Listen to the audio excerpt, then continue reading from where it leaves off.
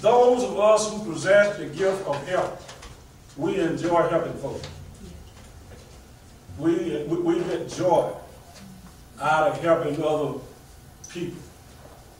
Now listen, time and sin and Satan taints our gift of help.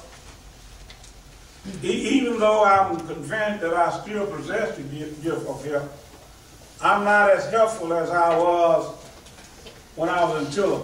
Man, if I was driving down the highway in the 1950s and the 1960s, and somebody was on the side of the highway and had had a flat, I would stop and assist them.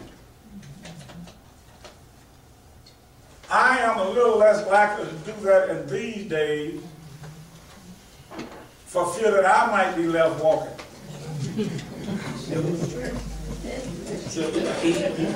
For fear that I might be left walking. But I would still help people. I would help them, and I'm a little bit better at helping folks nowadays in them kind of situations than since I got my weapon permit.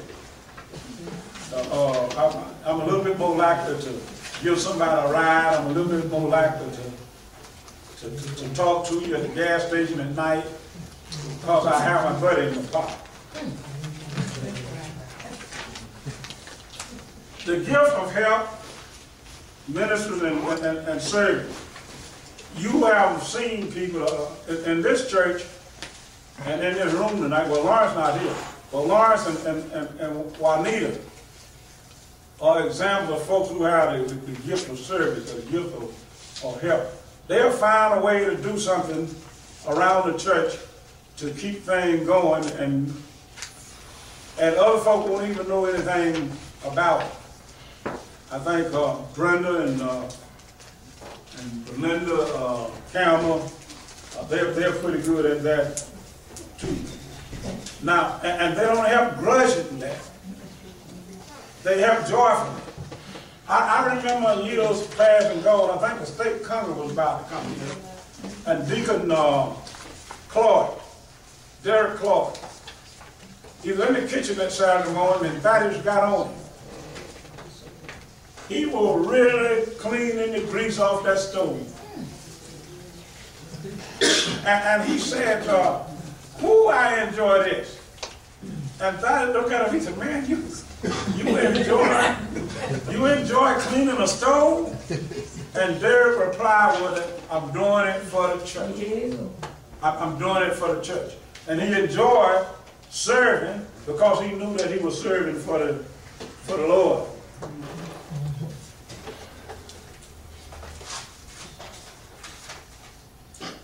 That's the gift of, okay, the gift of leadership. Now let me tell you something. You got to know what leaders. A lot of people think they're leaders and they're not big more leaders than nothing. Let me tell you how you know when you are a leader.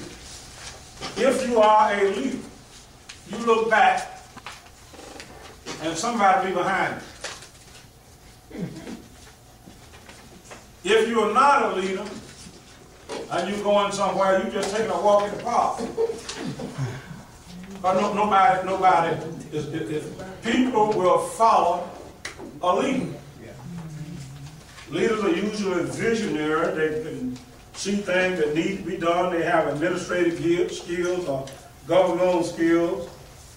And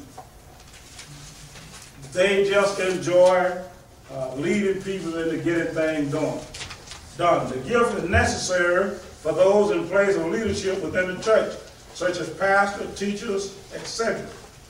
A person with this gift is like the captain of a ship, leading through the storm and all that kind of good stuff.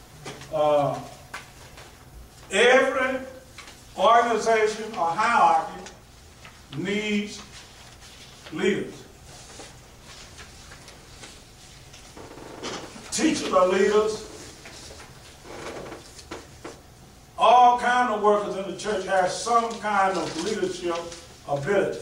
If you're teaching a class, you got to lead that class, to keep order in that class, to make sure that everybody's not speaking at the same time. You know, you got to have some kind of leadership skills. Superintendent of the Sunday school is a leadership position. Deacon's a leadership position. Deaconess a leadership position. Women's ministry leadership position. Men's ministry director leadership position. All of these positions require some kind of leadership ability. Now, here's what I want us to do as we go through these things now. If we find out that we have people misplaced, I hope that we muster up the courage to replace them with people who are more gifted in that area. Some folk are just flat mouth leaders. Now listen, before I go any further with the gift, whether it be the gift of whether you have the spiritual gift of help or service or not. At some time or other, God expects you to help somebody and to serve somebody. Whether that be your spiritual gift or not. Whether you have the gift of leadership of government or not, at some time or the other, God expects you to exert some kind of leadership. You're in a crowd and people doing the wrong thing. At least you can step up and say, that's not the way that ought to be done.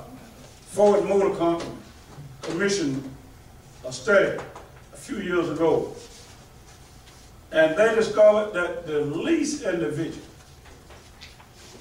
influenced at least 10 persons per month. Well, I mean, you don't know it, you think you're nobody, and at least 10 folks every month decide to do something because of the way they see you carry yourself.